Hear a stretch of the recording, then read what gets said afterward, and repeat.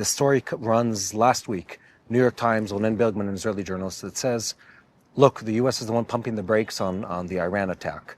And it had everyone in Israel really confused, because we were expecting the U.S. government to be hawkish on this topic. And the promise we've been hearing from the White House is time and time again, push as hard as you can. And if we're not going to materialize on a negotiation side, then we're going to do it on a military strike. And it has us all confused. So maybe you can set the record straight on where we're going. Well, first of all, I would say, who would you think would be telling you the truth more? President Trump, who has done so many things for Israel, moving the embassy, recognizing Jerusalem, recognizing the Golan Heights, and removing this nonsense of illegality about Judea and Samaria, the Abraham Accords, him or the New York Times? Now, that's an easy one. There you go. Yeah, I mean, Trump's definitely on much higher up on that ranking. He has been very explicitly clear, both on the destruction of Hamas, getting the hostages out, and repeatedly saying Iran will never have a nuclear weapon.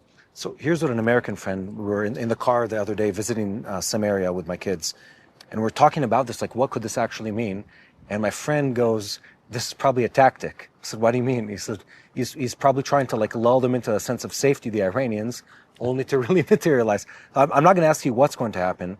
I want to hear, in your sense, where do you think all of this is going? I mean, we have a president in the White House that is more supportive than I think anyone in my lifetime. Yeah. And he's surrounded by a cabinet and people, yourself included, who care about Israel as much as the Israelis do or more.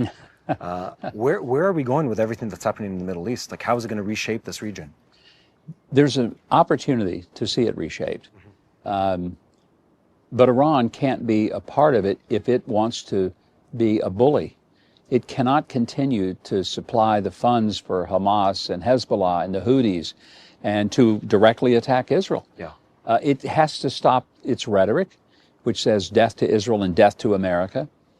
What the president is doing, I don't want to comment on what's really going on. Here's what I could say to people.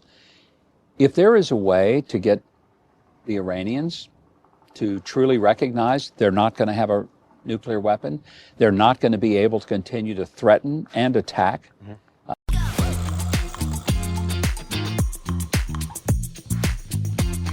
Trump. But if not, it should not surprise people that President Trump is a man of his word, and he's repeatedly said they're not going to have a nuclear weapon. Hamas will never control Gaza. They will not be able to stay there.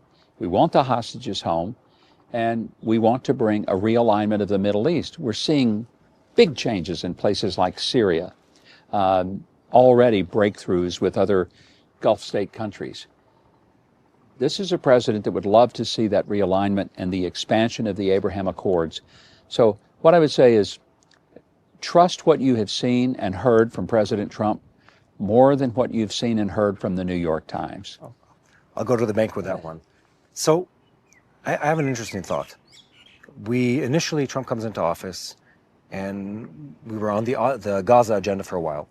And then I realized, I think many people did, that there was a much broader picture that was at play here and a much bigger plan. This wasn't like a one-off or a single issue that was in plan. There was a whole master plan for the region. And my question to you would be, you have multiple years now to exact the U.S. policy within Israel. Where do you think, in a positive sense, let's say we reach an agreement or via violence or not with the Iranians, we reach an agreement via violence or not with the Gazans, Hezbollah, Syria, everything is stabilized. Where is the U.S. going to take Israel? Bearing in mind, Trump is the mastermind behind the Abraham Accords. Yeah. We've talked about this many times on TBN. And just before this war broke out, Saudi was on the brink of coming to the table to talk about this. Where do you think this could go? What is the positive, the virtuous cycle that we could hit if things are stabilized in this region? Look at the benefits to every country in the region if there's an alliance with Israel. There's no downside. Israel's not going to attack the Saudis. They never were. And they're certainly not. They're not going to attack the Emiratis. They're not going to attack the Qataris. They're not going to attack anybody else in the Middle East. They got one piece of land they care about. It's the land God gave them 3,500 years ago. They just want to protect and preserve that for their own existence and for that of their future generations. So more and more, the Arab nations understand Israel is not our natural enemy. In fact, we benefit from shared intelligence, from shared technology, from shared agricultural pursuits.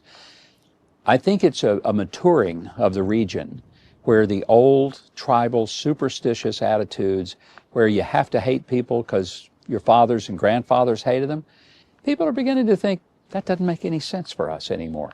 So I'm optimistic.